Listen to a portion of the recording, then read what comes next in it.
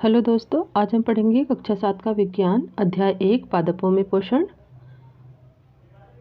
जैसा कि आप पिछली कक्षा में पढ़ चुके हैं कि सभी जीवों को जीवन जीने के लिए भोजन की आवश्यकता होती है और ये भोजन हमें पादपों और जंतुओं से प्राप्त होता है।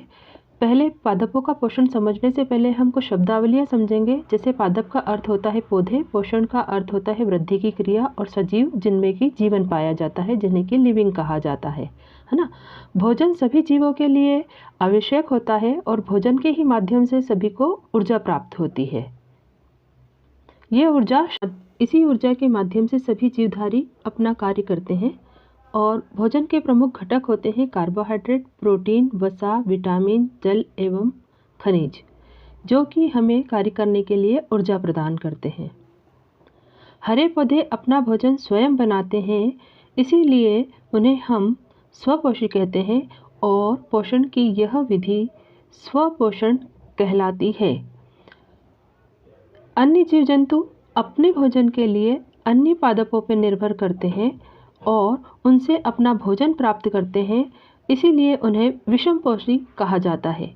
आप देख रहे हैं, ये एक हरी पत्ती है। इसी में भोजन की प्रक्रिया प्रकाश संश्लेषण के माध्यम से होती है। हरे पौधे में जो पत्तियां होती है वो खाद्य पदार्थ बनाने की एक फैक्ट्री होती है और भोजन बनाने के लिए पौधों को निम्नलिखित पदार्थों की आवश्यकता होती है: कार्बन डाइऑक्साइड, जल एवं खनिज, क्लोरोफिल और साथ ही साथ सूर्य का प्रकाश, जो कि हमें प्राप्त होता है वातावरण से।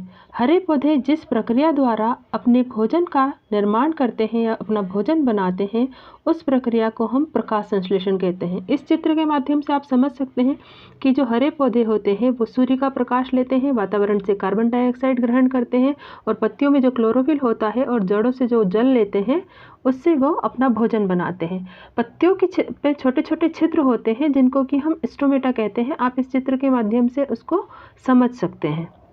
अब आइए, हरे पौधे पत्ती में उपस्थित रंध्र या स्टोमेटा के माध्यम से कार्बन डाइऑक्साइड गैस वायुमंडल से ग्रहण करते हैं और जड़ों के माध्यम से खनिज और जल को अवशोषित करते हैं। साथ ही साथ पत्तियों में जो हरे रंग का वर्णक होता है, जो क्लोरोफिल होता है, उसके माध्यम से वो अपना भोजन बनाते हैं।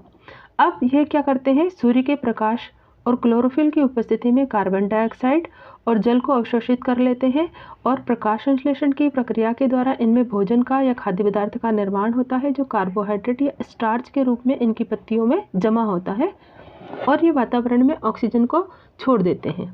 आप इसको रासायनिक समीकरण से भी इस पुस्तक में दी हुई समीकरण के माध्यम से समझ।